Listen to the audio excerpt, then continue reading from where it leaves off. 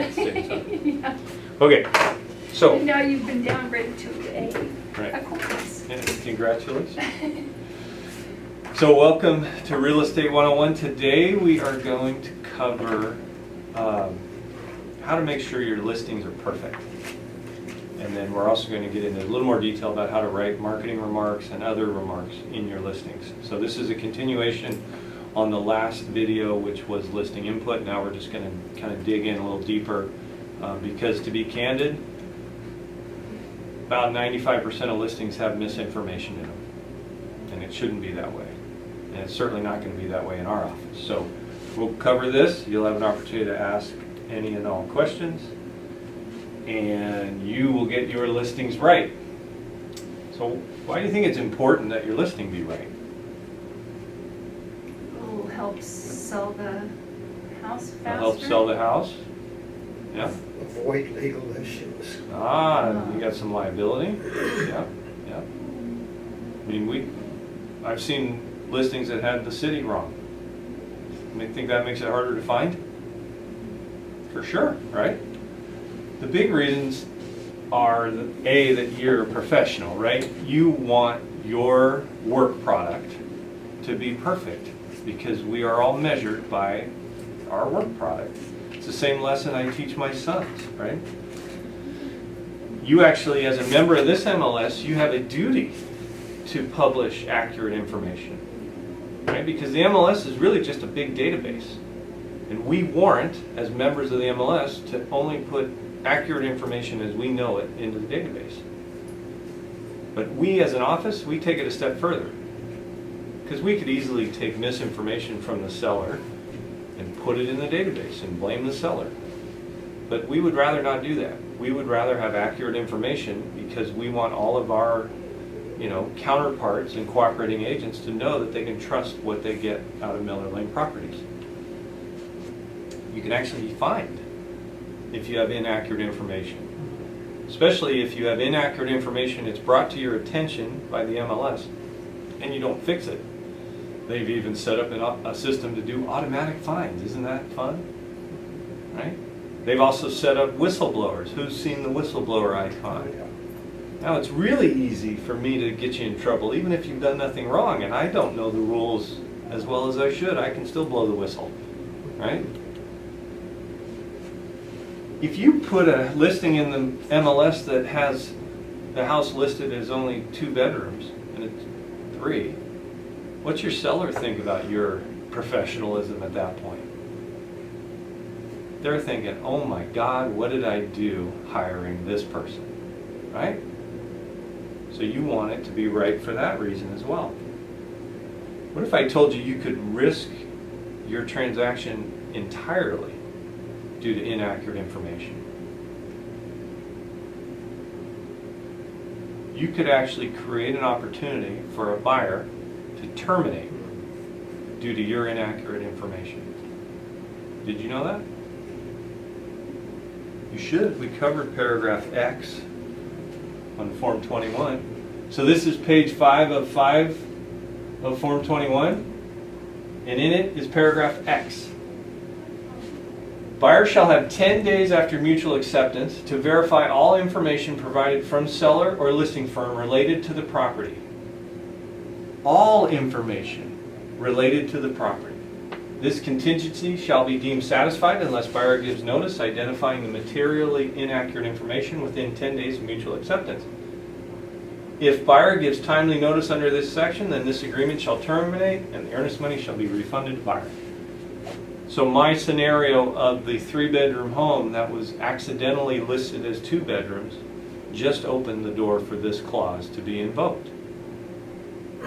How happy is my seller going to be with me at that point? We finally landed a buyer. They have no other contingencies, but I had a typo in my listing, and paragraph X comes into play.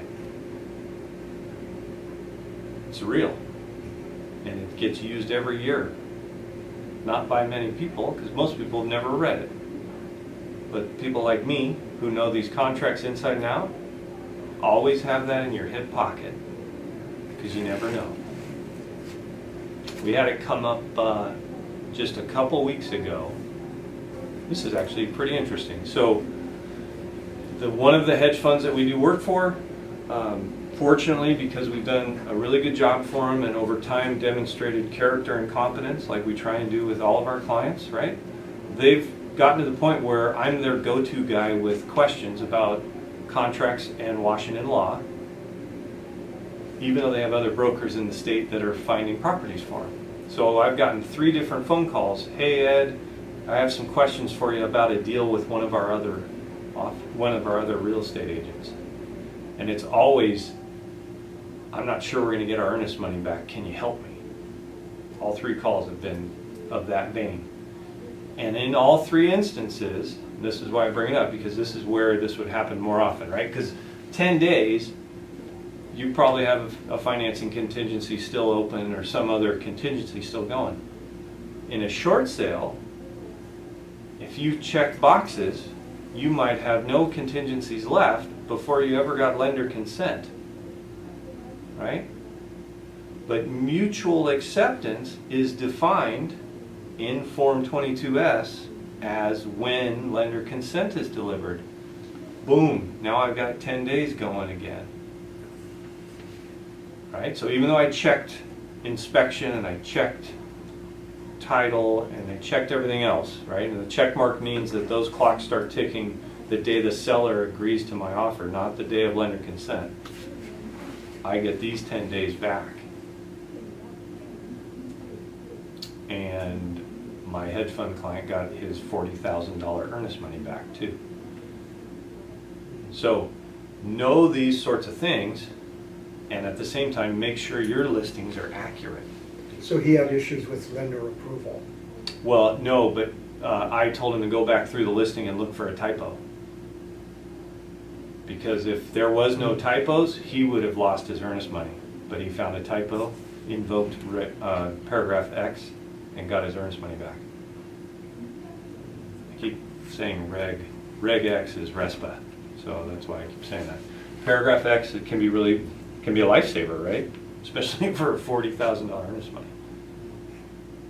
So the lesson here, though, in the context here is, hey, I'm a listing broker, and I want to make sure my listing is tight so that my seller never is at risk of getting the short end of that stick. That seller should have been entitled to that 40 grand, but he wasn't. Okay? Does that make sense to everybody? What's a material typo? You found a material typo. What kind of, Where's the word material? oh, excuse me, I thought I interpreted it as material. Verify all information related to the property. That's why it's so powerful, because it's broad. Driving instructions or information? Sure, if it tells you to make a wrong turn. Oh, Right?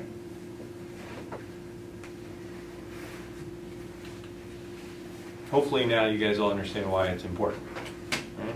Professionalism really is first and foremost in my heart. I don't ever want somebody to look at my work and go, man, that Ed, he's a nice guy, but he sure is sloppy.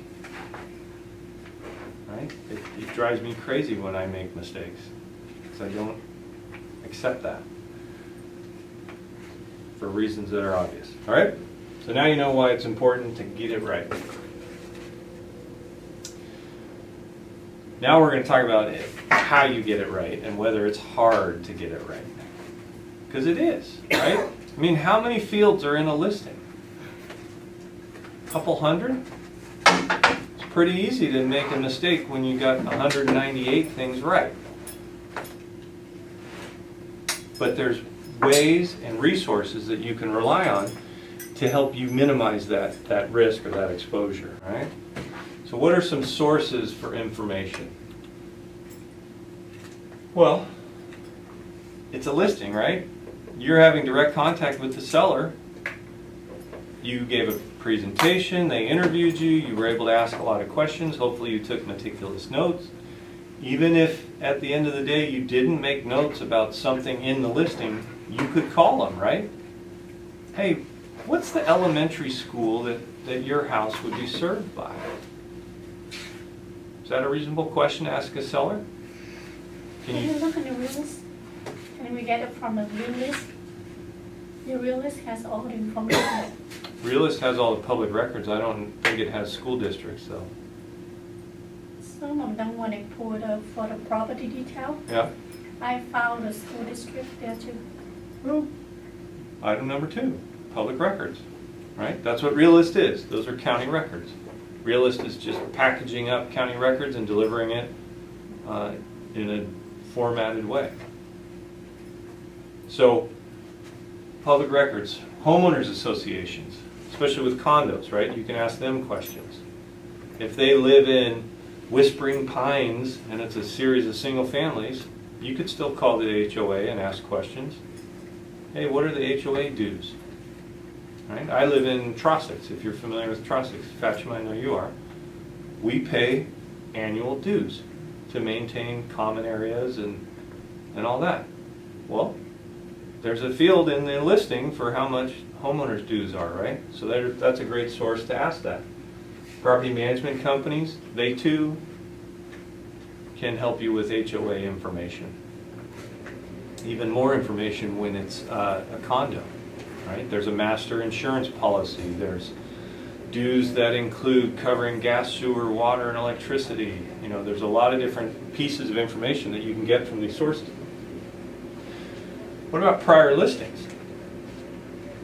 Sketchy. Sketchy. I'm repeating it because I don't think the mic picked it up. What do you think, too? Prior listings, can you count on them? Only certain things. Like what? I will compare all the square footage with the county record. Okay. But some would feel quicker when they pick up from there. But for Asian remark, I wouldn't use it. So you're saying if it's for square footage, you'd go to the MLS and then corroborate it with the county records. Why wouldn't you just go to the county records? Since you're saying you rely on the county records, right? You trust that source. Yep. Why even bother going to one you don't trust?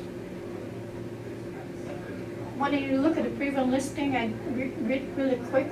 Some of the field I don't want to look up. Yeah. Feel not important, I want to look up, I go pick up from the previous listing. That's a valid point, right? The MLS will aggregate a lot of different information into one screen. And it's easier to read several things there. But you're exactly right, you shouldn't trust it for square footage. I trust the county record for the square footage, Right? year, bedroom, level, how many level, Right. everything, most of them we get from there. Okay. And that sometimes some of the field I don't have it, I had to refer back to the previous listing. So the thing about using previous listings, I'm being facetious when I say don't trust them at all, but trust but verify, probably not a bad posture. I'll give you an example. Schools.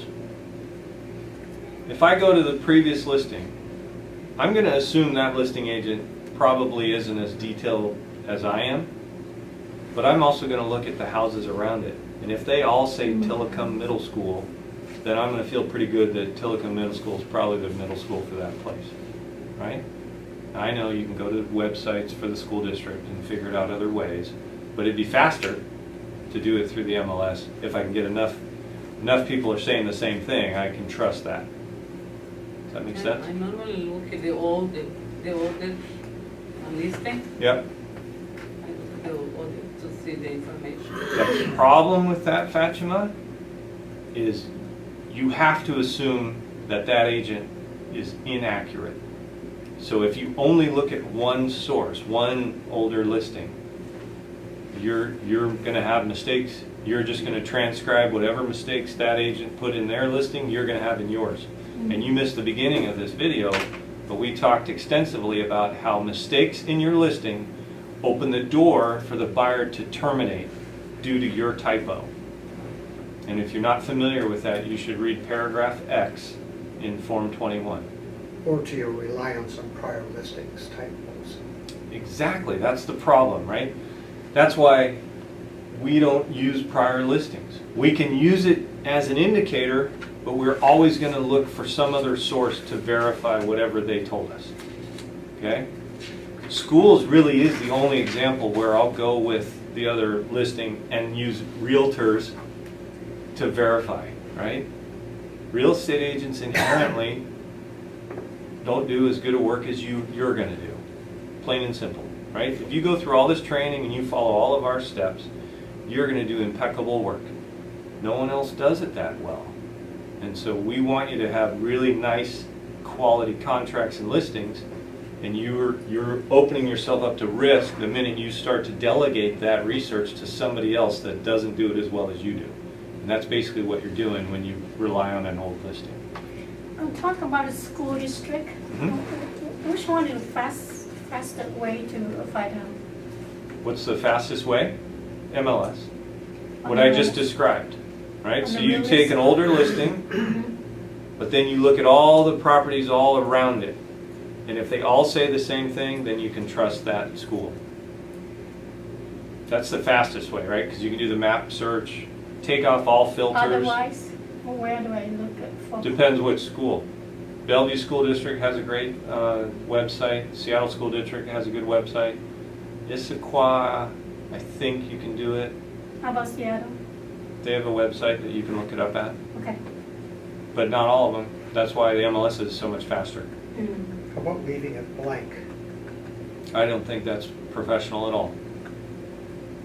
Buyer to verify is pig Latin for I'm So you're lazy. gonna go after my professionalism. Yeah, you're being lazy, right? And I know that you don't do that, I hope. I don't. But lots of agents do, and that's lame. Right? Because guess what? If my buyer only wants to be in the Tillicum Middle School boundaries, and I search for all properties in the Tillicum Middle School boundaries, and you left it blank, your seller is going to be pissed because you're not going to show up. Right? So take the extra minute and a half and find out what the school is. Or call your seller. Hey, I know it's Mount Si High School, but which is the middle school for your house? Oh, it's this one. Perfect, thank you. Click. How long did that take? All right? The key is understand when you're opening yourself up to risk by relying on someone else or someone else's research, right? Because you just don't want that. Now, have I ever been in a rush because I committed to a seller that I'd have their listing live by 5 p.m. on a particular day? And so I just grabbed the school that the previous listing had? You bet. But I made sure after 5 o'clock to finish my research and fix it. So even though it may have been wrong, it was only wrong for 25 minutes. But that's better than leaving it blank. Because if I leave it blank, my seller's going to, means your sellers, if you don't think they go and look at your listing of their home immediately upon it being listed, you are kidding yourself, right? So they see a bunch of blank fields, they are like, that doesn't look right. Is that the way it's supposed to look? My neighbor's house had a ton of information. Why is yours blank, Dick? Right? So, all right. So let's look at some possibilities. Give me some examples out of a listing of a field and where you might look it up.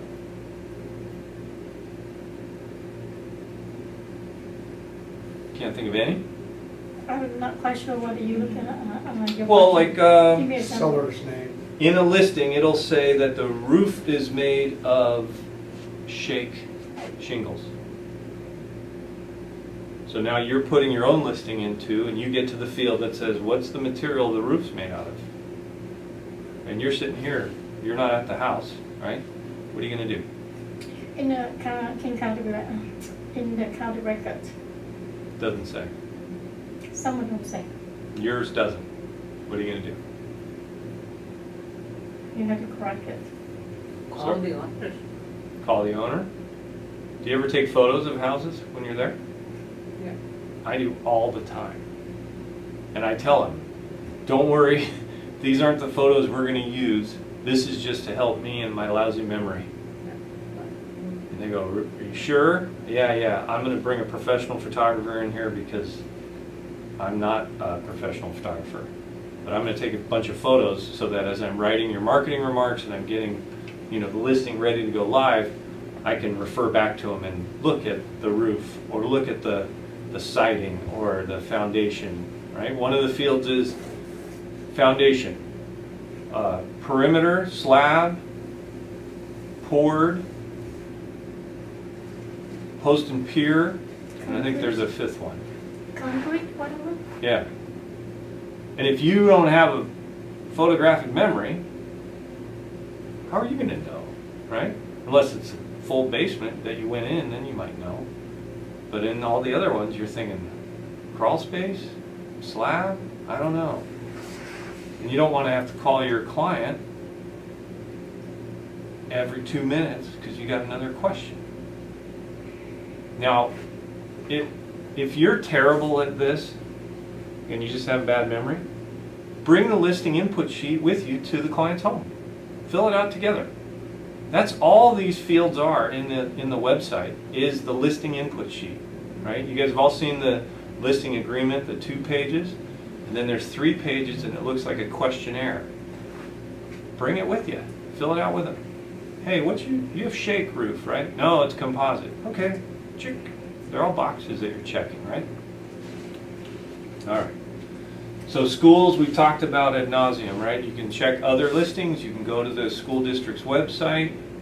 There's other third-party websites that allow you to research schools, like greatschools.com and some of those sorts of sites. So those are places you could go. Square footage. 2 said she goes to the MLS and then verifies it with the county.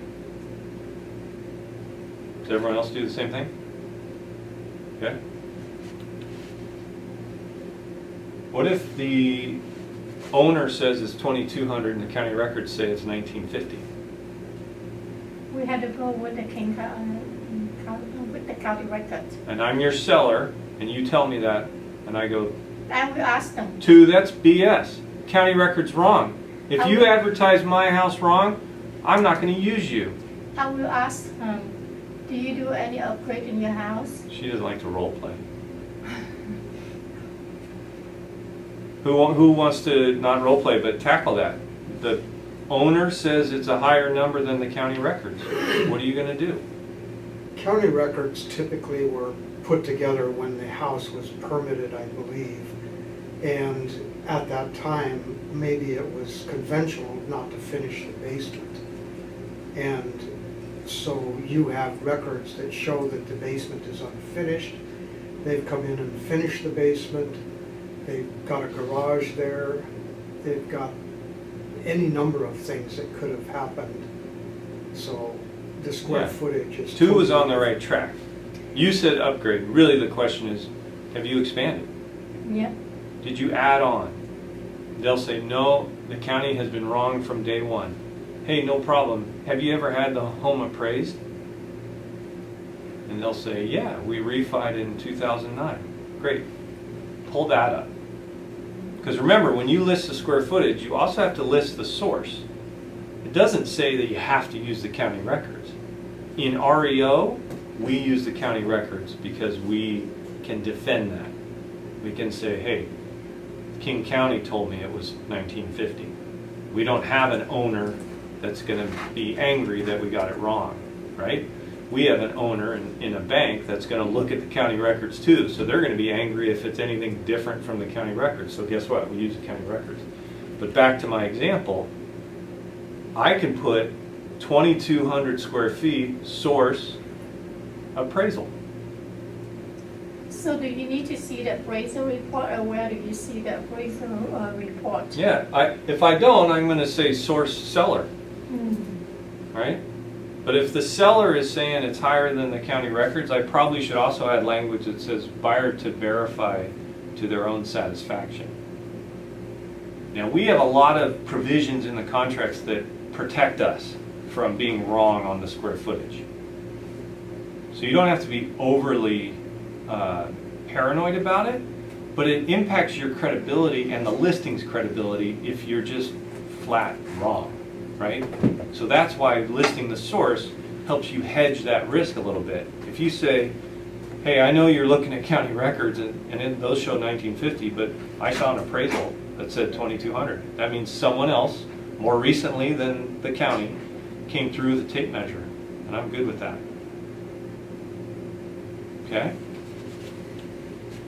Do you have to list the appraisal company? No. No, you just list appraisal.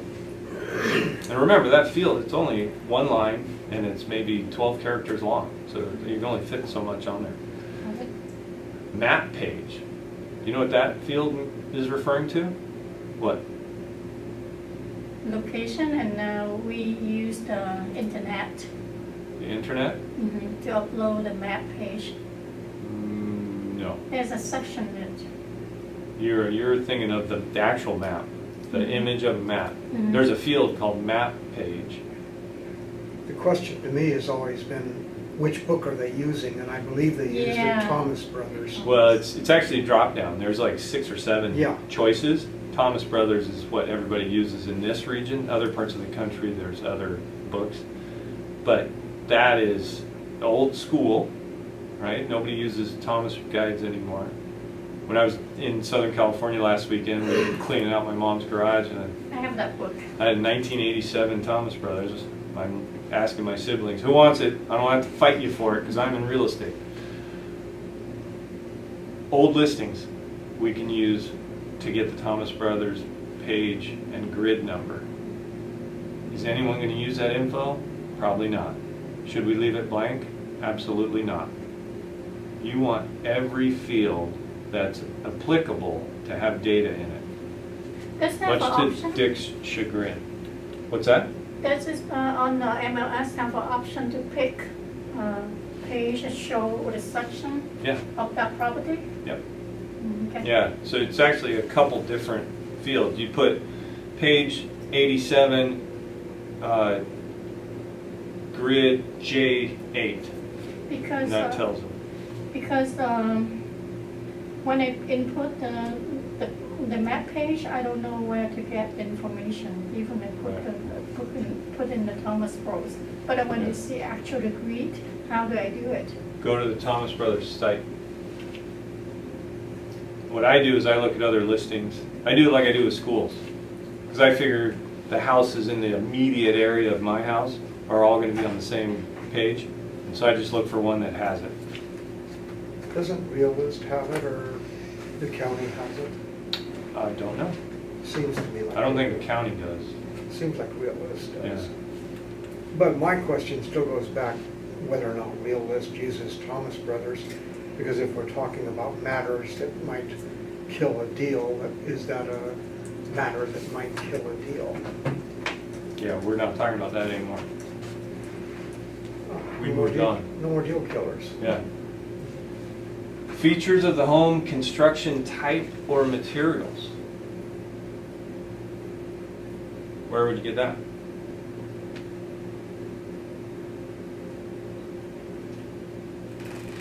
King County, I keep saying King County. You do. Why do you do that? I do a lot in King County. I think in the public records of the county, the section will say the material Yeah. and construction a little bit. The county only has 3 fields where they talk about type of construction, material used, and roof. The MLS has about 80 fields. So the county isn't really a good resource for you because you're going to need a lot more answers than stick built, shake, and yeah, brick. But your seller knows, right? You're going to see the house. If you're like me, you took photos too. And if you still were at a loss, like I've had this happen where I forgot to look at the furnace and the water heater for whether they're gas or electric. and my photo, for whatever reason, the angle didn't help me answer it, because usually you can see a gas line going in. And the county records may or may not say natural gas. Usually it will, but it depends on the county.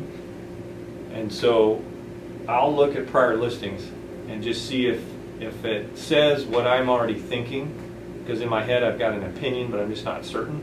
If it says natural gas and I'm already thinking it does, then that's enough for me to corroborate and move on. Okay?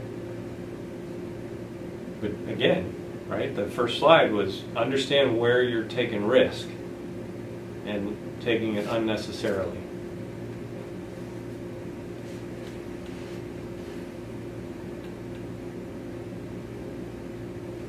So the moral of the story is it's not hard to be right. It can be a little tedious, right? And the more systematic you are about gathering information, the easier it'll be. I mean, think of our REO department, how streamlined it is, and how many listings we put on the market every day. We gather this data on all those listings, and it's an assembly line. And if you use that same approach to every one of your listings, you'll always have a higher level of accuracy in your listings. Okay? Any other questions about that data collection? All right. We are cruising. We're not cruising. It's already 3:15. So marketing remarks. We're going to cover how to write good marketing remarks. All right? So this is what the field looks like in the listing in the MLS. In the marketing remarks, you have 500 characters. So you don't have a ton of room, but what do you think is the goal of your marketing remarks? To get the buyer attention. Grab their attention, absolutely, right? She's a shill. What else? Make the seller feel good too. Seller's going to read it? Mhm. Yeah? I don't know if that's number 2 or not. You want to get the reader to take action, right? Over 90% of homes are first viewed online. We want them to come to the house, because nobody buys a house on the internet, right? So your mission isn't with your remarks to sell the house. Your mission is to get them to take action and go see the house. Either call you and arrange a showing, which would be great because then you could double end it, or call their agent and schedule a showing. No one buys a house on the internet. So you want to pique their interest, and that's it. Once you start to realize that that's the mission of your marketing remarks, you'll start to figure out that most agents put way too much information in their marketing remarks. Is it possible to put too much information in your marketing remarks? Yes, but it's distracting. It's distracting. Why else might you not want to do that? Good information will be buried amongst all the fluff. Yeah, true. That's kind of like distracting, right? Diane, you were nodding your head. What was You it? might say too much and then they won't want to come out. Exactly. That's the number one reason. Mhm. Everything that you say, unless it appeals to 100% of buyers, is going to shrink the buyer pool.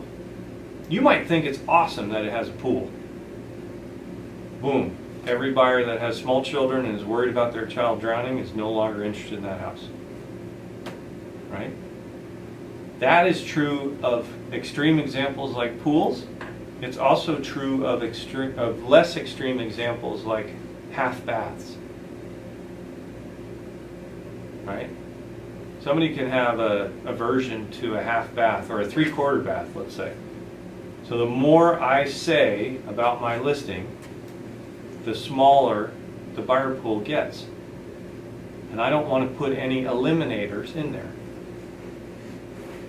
So you have to really choose carefully what you're going to put in the marketing remarks, right?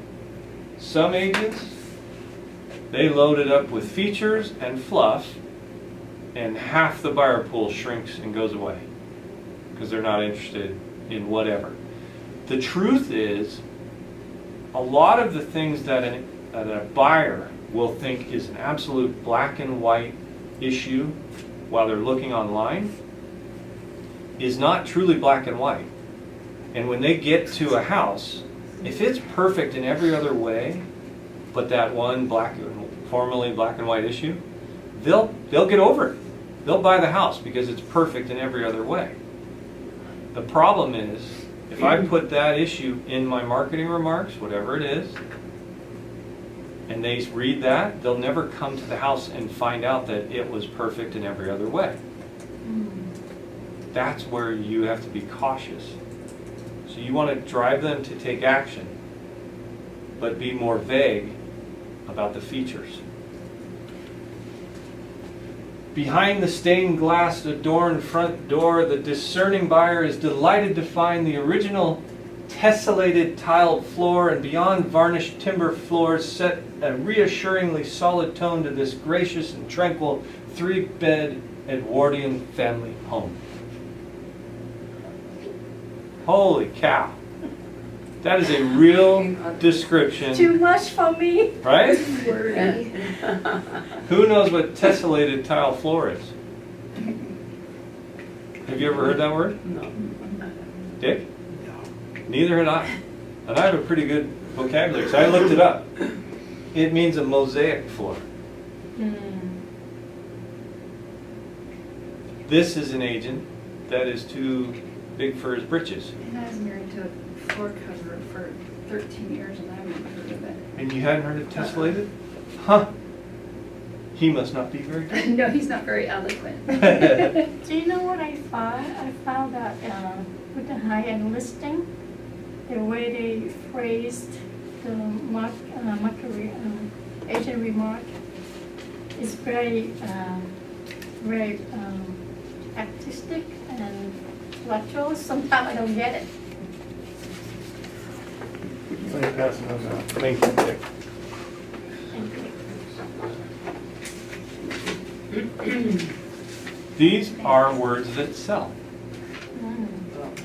right? You don't want to say tiny, you want to say quaint. You don't want to say barren, you want to say low maintenance yard, right? It's not lying, it's selling. It's something I heard a sales manager say a long time ago. And we're not suggesting you lie, but we are suggesting that you paint an appropriate picture of the home without overstating or over-disclosing too much about the features. And that's where adjectives come in. Because these are descriptors, not specifics about a house that could be exclusionary, right?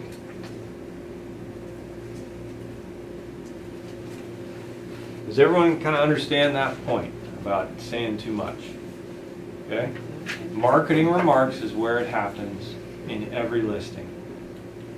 And we'll look at some examples here. All right? This lovely home located on a quiet street features a bright and open floor plan. Is that an eliminator? That No. is yours. 100% of buyers like quiet streets, right? That is yours. Do you recognize that? Yes. Do you recognize this one? This lovely townhome located on a quiet street features a bright and open floor plan. This lovely mobile home located on a quiet street features a bright and open floor. My listing remarks are the same in all of my listings. I know. When I start to read lovely, that's that like. Yeah. The reason is I don't want any eliminating features in my listing. And I sell hundreds of homes. And yes, do I get the occasional realtor that calls me and says, your listing remarks suck? Yeah, the guy that writes about the tessellated floor. Do my sellers ever complain? Because my homes sell faster and for more money. Right? I'm trying to keep the buyer pool as big as possible until they get to the front door. They're going to eliminate for whatever reason once they get there. But the more people I can deliver to the front door, the higher the probability of a successful offer and sale. Make sense? Do you still have that mobile home listing This is available? active listing, yeah. Yeah. Where at? You got somebody? I think it's, I don't know. And now that's on video. Okay. What popped in my head was Federal Way, but I think that was a house. Because No, I just pulled it's- these this morning. Could it be Bothell area? I don't think it's Up north? possible. I Oh, don't. you're just too busy to remember all of them. No, I wish. I wish I was more busy. But the truth, Dick, is our system handles it all for me. So a new listing comes on, like I get an email that tells me every time I get a new assignment, but I get that email from my team. I don't get it from Chase, who sent the assignment. I get it from Jackie that says, hey, here's a new assignment. If it weren't for that email, I wouldn't know about new Bonnie listings except for Bonnie Lake, which is Bonnie Lake South. south, okay. So, another townhome on a quiet street. Do you do the same, similar agent remark on middle house up into luxury house? We're too? going to cover that. All right? But now you understand the philosophy about writing good remarks, right? Look up beds. What's that? The philosophy, look up. Yeah, plagiarize money. Yeah. But leave out the $500 homeowner's warranty, because you may not want to offer that. All right. Now we'll talk about agent-only remarks, okay, too? So what do you think is the mission of agent-only remarks? And on agent-only remarks, remember, you only have 250 characters here. So they have to be much more precise and succinct. All right? So agent-only remarks, we're going to convey pertinent information. And remember, agent-only means the public won't see this. So if you go to Realtor.com, as a consumer, you'll see the marketing remarks, but you won't see the agent-only remarks. You can also put title and escrow info, showing or access information. Hey, 2 hours notice, please. Hey, tenant occupied, 24-hour notice, please.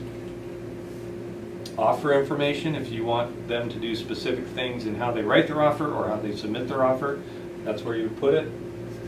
And to communicate that you are a great agent for them to work with. And that bonus And the bonus? for some. Oh, yeah, yeah. Yeah, so right now, for the video's benefit, we have the $10,000 drawing, and we put in the agent-only remarks for them to go to mlpbrokerbonus.com to register. And then they get invited to the quarterly drawing, and somebody walks away with 10 grand. That's pretty cool. Okay?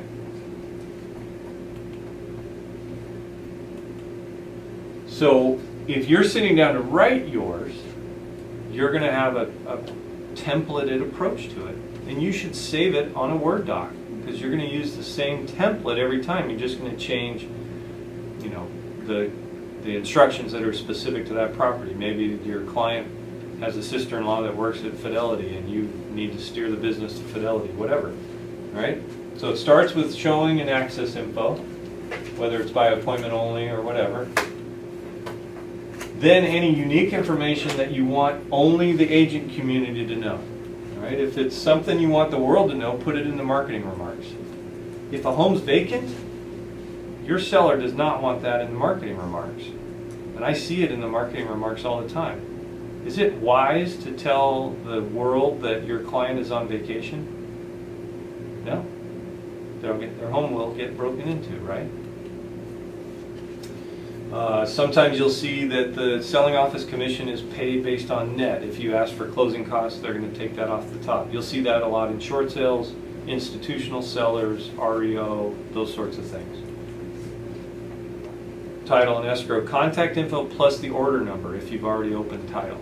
And you should. Steer the business to your preferred title company. If you put the order number in the listing, that makes the buyer's agent more likely to put your title company in the offer. All right?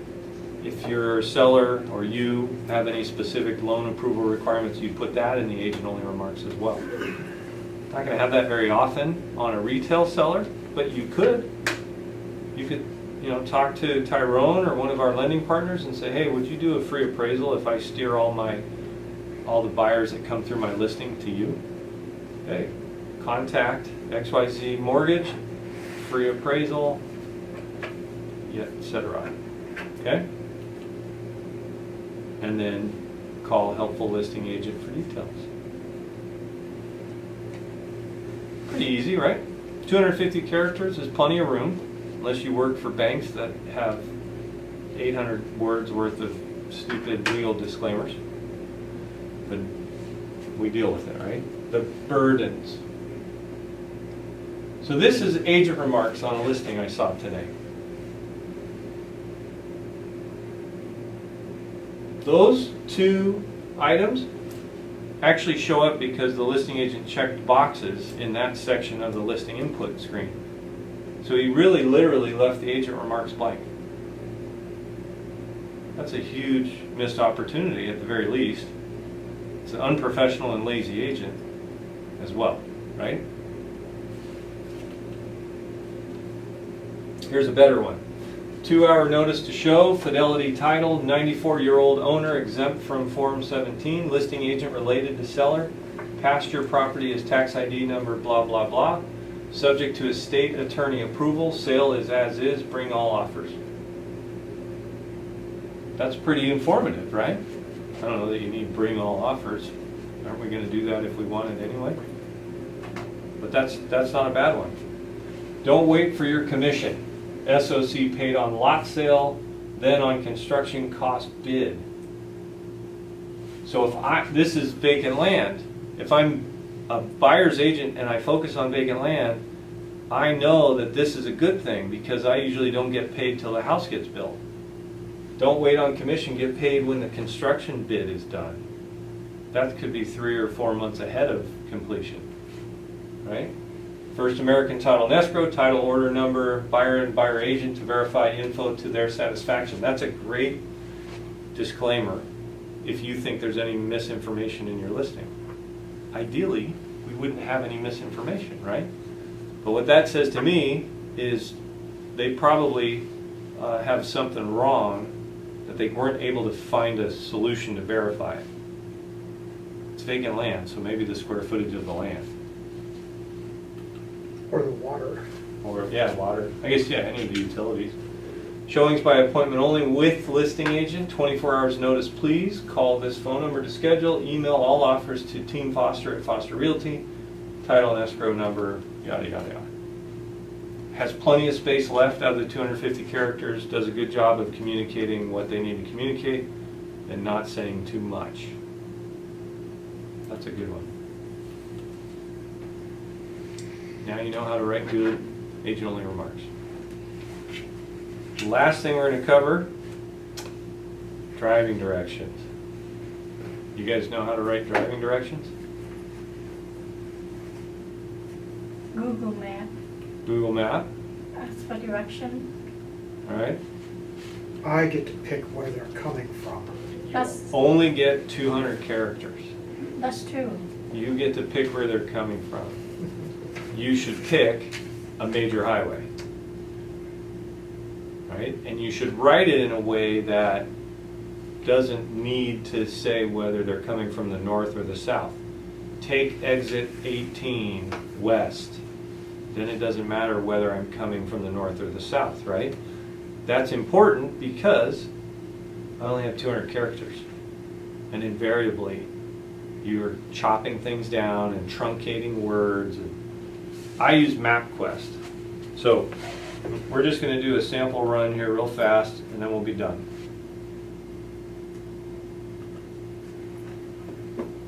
All right? So give me a listing address. 1118 1118 201 First Northwest Northwest Shoreline 98177. 77. Oops, Hopefully you're right. Zip code. too many sevens. All right? Then I'm gonna get directions from 127 Bellevue. Oops. Bellevue Way. Southeast. Bellevue. Wa. 904. 8104. That's this address here.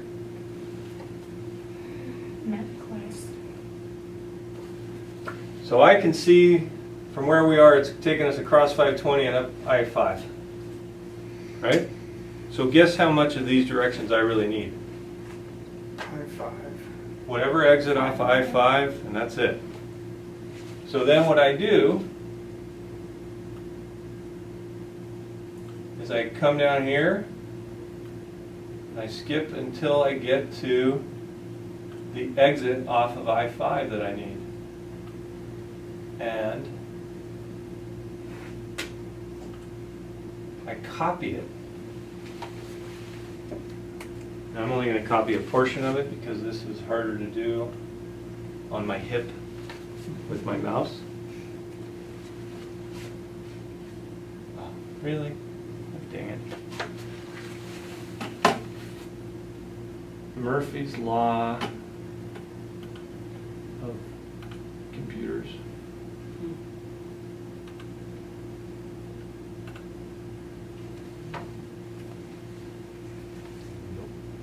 Hit the drop down and see what it says.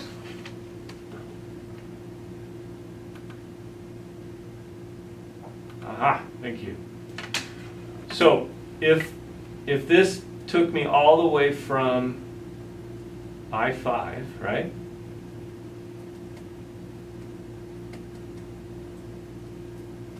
And I'm tight on characters, I'm just going to go through and delete anything I don't need. So you copy and paste? Yeah.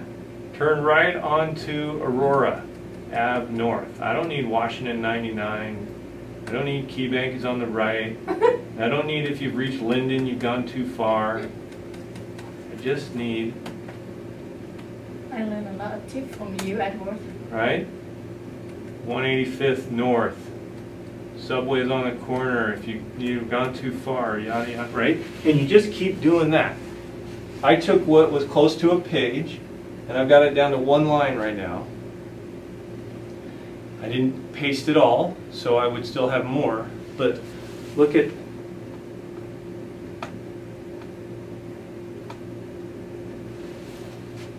I'm at 104 characters. So I'm already at a pretty high number. I only get 200, so hopefully the rest of it would get me there. What button do you need to get the character counting?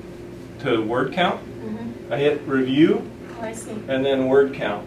I see. But if I still had too many turns to get there, right? Right, the word right becomes just an R. The word left becomes just an L, right? I don't say exit anymore. I just say L on 185th. Boom, now I'm down to 8 characters, right? So you're truncating it as little as possible because the more you do, the harder it is to read. But you got to make it fit in 200 characters. So it can get to where it looks like hieroglyphics by the time you're squeezing it into 200 characters. But I do it in Word because it's easiest here. And then I copy and paste it into the MLS. Might I sometimes look at it like, they're not gonna come from I-5. They're gonna come from up 99 or something like that. And they'll see, okay, at 185th, take a west.